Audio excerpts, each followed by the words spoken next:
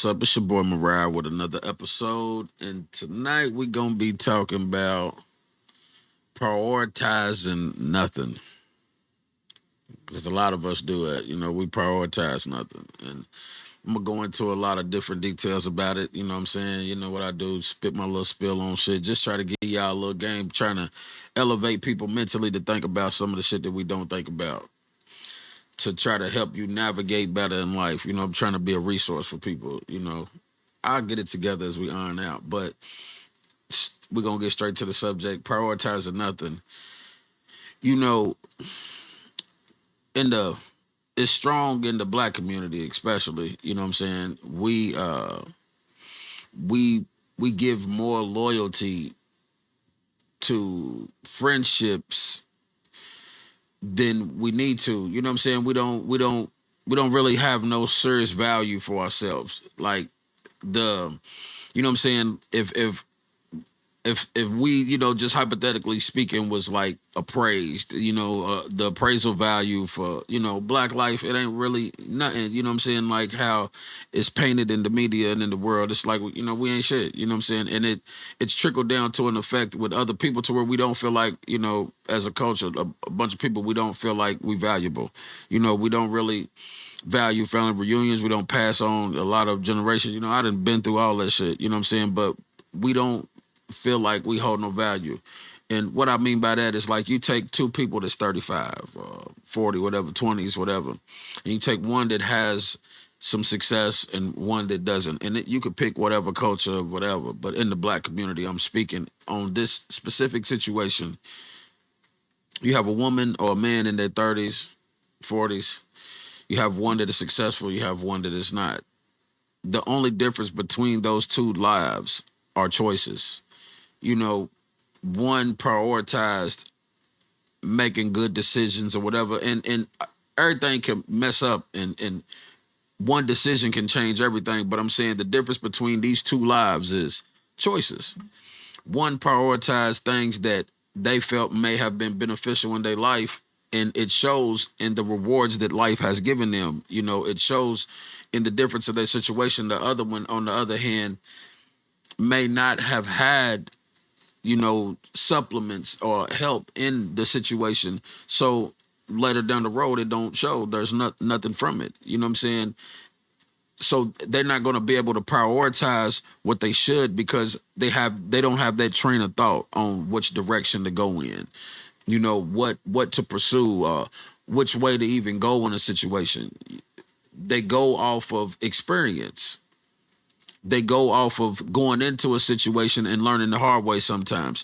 Like getting in the car with a buddy or showing loyalty to a dude that, backstab you or put you in a situation or whatever it is. That's what we do. You know what I'm saying? As a culture, we embrace, you know, shit that don't mean nothing. You know what I'm saying? When I was doing my time and I started reading books to, just start to understand things and to escape the situation I was in, I started to see that the Donald Goins and the Terry Woods, all those type of books, it was the same narrative, drug dealer or killer, you know what I'm saying, woman, change on him or whatever. Or if the girl was in the book, it was a girl that was a killer. She was raped and beat down, wasn't shit. Like it wasn't no substance, but it was always a story of some type of oppression. You know what I'm saying? Somebody went through some type of rough life. Somebody had a rough life. Then I started reading like Iris Johansson and Tess Gleason, and what's her name, Lisa Jackson, and all them type of different books. And you know what I'm saying? Their books had like plots, like King of Torts, like people, extorting shit. You know what I'm saying? Dumping chemicals into the water and all of that. And that's what kind of broadened my brain to like, damn, like, damn, they do shit like that. And then I seen that some of these books is based on true stories, so it kind of opened that conspiracy theory narrative in my mind, so it gave me something to prioritize. It gave me something to prioritize, which was seeking knowledge about things. You know what I'm saying? A lot of us be in situations with friends and buddies or whatever, and we prioritize these friendships, and the homies hit you up, you ready to ride, you ready to go do this, you ready to go do that, and you don't know this, but it'd be pointless. It'd be a waste of your fucking time. It'd be a complete waste of your goddamn time because you can't tell niggas nothing. You know what I'm saying? You can't tell a motherfucker nothing. Most black people don't stop to look around them and think about what's going on. And I don't want to say black people. I'm just going.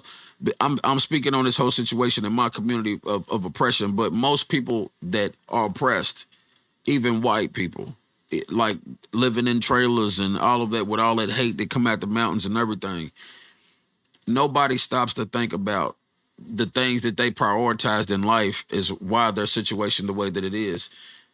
You have people that come from small rural towns or country towns or whatever that become successful, whether it's football, basketball, or ideas or whatever it is, because of the things that they prioritize, trying to learn this or trying to build something or whatever it is. They're not prioritizing nothing. They're not prioritizing the loyalty for friendships or prioritizing the loyalty in relationships. You know what I'm saying? For somebody that is not worth it, or it turns out to be a waste of time. We don't get that time back. You don't get to do it different in another life. Like I'm gonna do it different this time. I'm gonna prioritize what I need to prioritize to try to be successful. I'm gonna wake up and prioritize this to try to be productive. It don't work that way. You know what I'm saying? We prioritize nothing. Me for an example, I prioritized a relationship for 28 years. You know what I'm saying? Even when I was in my messed up situations, I prioritized it because it occupied the front of my mind. Like that was what was always something that I was trying to make work. I prioritized it. Like I didn't prioritize trying to learn something or trying to, be better at my crafts and, trying to think which path I was going to pursue with my music or none of that. I didn't prioritize none of it. I was prioritizing nothing. You know what I'm saying? Because that's what the relationship turned out to. Even though I have 3 kids and, shit, we don't even speak. You know what I'm saying? So it put me in a state of mind, everything is about a choice. Not saying that I don't speak to my kids, that I regret that situation or whatever, but I prioritized nothing. You know what I'm saying? And in the end, I was left with nothing. If I had chose something different to pursue in my life, maybe I wouldn't have ended up in so many unfortunate situations. If I had prioritized in ways of getting this done or ensuring that I knew this or how to do that, I would have known better, like maybe finishing school. I didn't finish school until I was incarcerated and got my GED and then came home and started from there, started to do things, you know what I'm saying? And I speak of this stuff as if it was like yesterday. It's damn near 20 years ago, you know what I'm saying? 25 years ago when all of this situation happened. I ain't been in shit since then, you know what I'm saying? But it's just, I prioritize nothing. We as people don't realize the value that we have. And then some of us that feel like we have a value, you don't bring nothing to the table, but you feel like you are the table. We have to understand what we're prioritizing and try to gauge the direction of what we're prioritizing. Have a purpose. Like I said in a previous video, understand the motion that you have. Or do you have a circular motion where you're moving like this, or do you have a motion to where you're actually like knocking down certain, milestones or things in your way to head towards whatever goal you're trying to get accomplished? Prioritizing nothing, man. You know what I'm saying? Prioritizing nothing. You have to focus and realize what you're trying to accomplish. If you invest time into this situation, can you still accomplish what you after? It's like some people with 30,000 hours, 20,000. Me, like I got like 1,100 hours on a video game, on one of these video games. And it started to have me thinking like, damn, I'm prioritizing getting up, brushing my teeth, doing whatever, coming down here, getting on this game. And it's showing me that I done been on it for 1,100 hours. So I was prioritizing the wrong shit. You know what I'm saying? Like, I ain't really been on it at all. I've been trying to put the hours towards my crafts. I've been making beats and back on this stuff, streaming and got a camera and trying to get the equipment. And I've been helping other people. You know what I'm saying? I've been trying to, I've been helping people who ain't, trying to receive shit, just trying to look out. I've been prioritizing trying to be productive, whether it's here or there. I'm trying to put myself in a situation to where the prioritizing that I'm trying to achieve mentally is that I'm trying to stay productive. If you not productive or I feel like you not about nothing, I'm gonna fall back from whatever it is. I'm not gonna let you stagnate me or hinder me. I'm not gonna let you slow me down. Like, I can't stress it enough. We don't understand when we prioritizing nothing. Motherfucker can say whatever they want to say about me. It don't phase me. It don't move me. You know what I'm saying? It really don't. Because mentally I'm in a different space and I understand that misery loves company. And if I wasn't on the shit that I'm supposed to be on and doing my job the way I'm supposed to be doing it, then it wouldn't be nothing for you to talk about.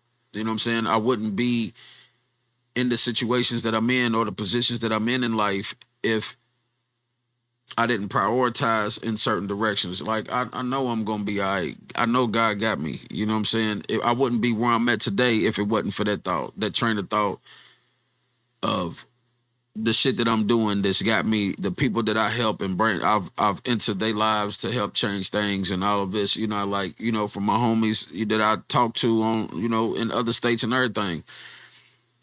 I feel anointed in situations because it's a train of thought that I understand, like prioritizing nothing.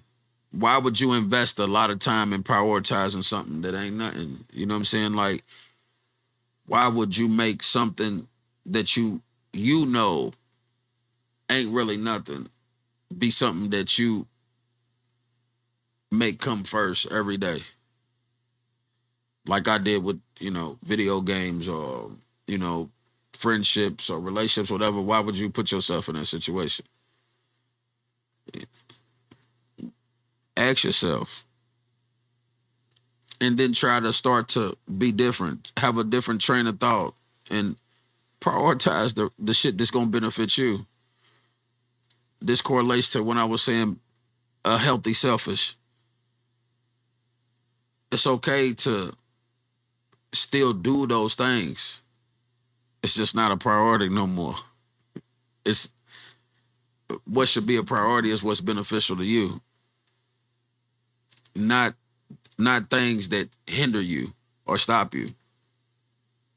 It's things that are beneficial to you and what you got going on. So that's about it. That's all I want to touch base on. I ain't won't go in too deep on shit because I'm trying to keep the episodes strict to, what I'm talking about, and I said it 1,000 times, cut that out. But that's about it for this video. I'm trying to keep it strict to the point. You know what I'm saying? I just said it again. But that's about it for this video. I'm trying to keep it on point, straight to the, topic, and then we exit out. I don't want to ramble too much and venture. Trying to get it together for y'all. So, thanks for rocking with me. It's your boy Mariah, aka King Remy. I'm out this bitch. Yeah.